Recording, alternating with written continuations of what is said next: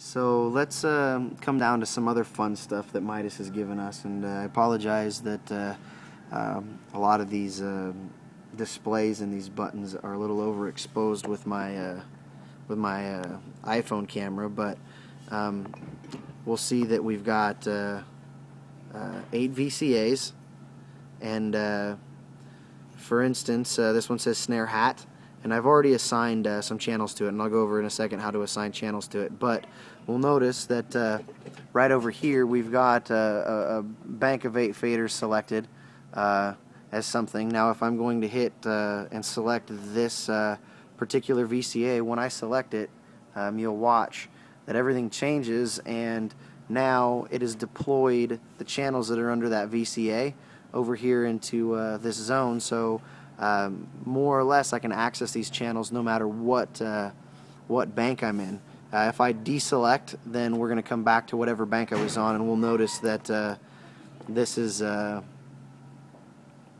the same color coordination, so these are obviously not the same channels. These are actually my channels 1 through 8, and these channels are up in the 17 through 18 region, but no matter where I'm at as far as this bank of faders, as long as I go ahead and engage that VCA, it'll deploy those channels to me right here so that I can use them. You've also got a smaller deployment zone that Midas will refer to as the B side, which is on the Pro2C, only these faders, but you could also deploy either the pop groups or the VCAs to this side, and they would unfold over here instead of on the A side of the console.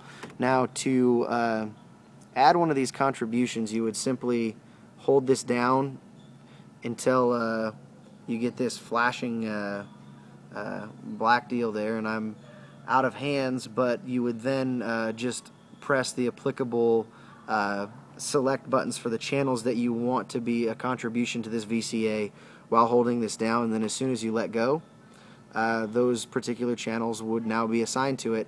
And the color coordinating thing is cool because you can color coordinate all the input channels to their particular VCA. So even if I am out of this VCA mode, I can say, okay, I'm looking at this bank of channels, and these first 5 here are all red.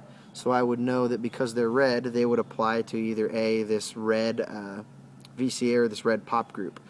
And to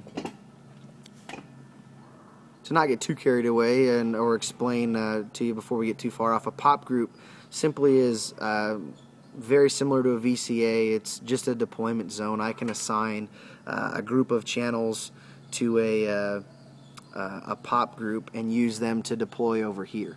Now there's no corresponding fader to the pop group, so it doesn't act like a VCA. It simply just groups a set of channels together. So here at the church I've got a few microphones that would apply to just the pastors. So let's say I'm in this particular area, I'm working on some drums, I've got my faders here, we're mixing, and I really need to get to my pastor's channels. Instead of having to scroll through these banks to get to them wherever they may be at, all I would need to do is simply go to this pop group that I've labeled pastor here, and when I hit it, it will deploy those channels. So no matter where I'm at in the console, it will just go ahead and deploy those channels there, and then when I deselect the pop group, it comes right back to where I was working on before. So that's a pretty cool feature that they've given us. That way, no matter where you're at, you can access channels. And the cool thing is that the channels that you apply to a pop group don't have to be sequential at all. They can be whatever channels. It could be, you know, inputs, you know, 2, 12, 23, and, you know, 45, and then you might have forgot you needed to add 18 in there too. You can just assign them to the pop group, same way you did the VCA. Hold it down until you see the flashing dark square in the back of the icon, and then just go through and tap the applicable channels, and that'll assign them to the pop group.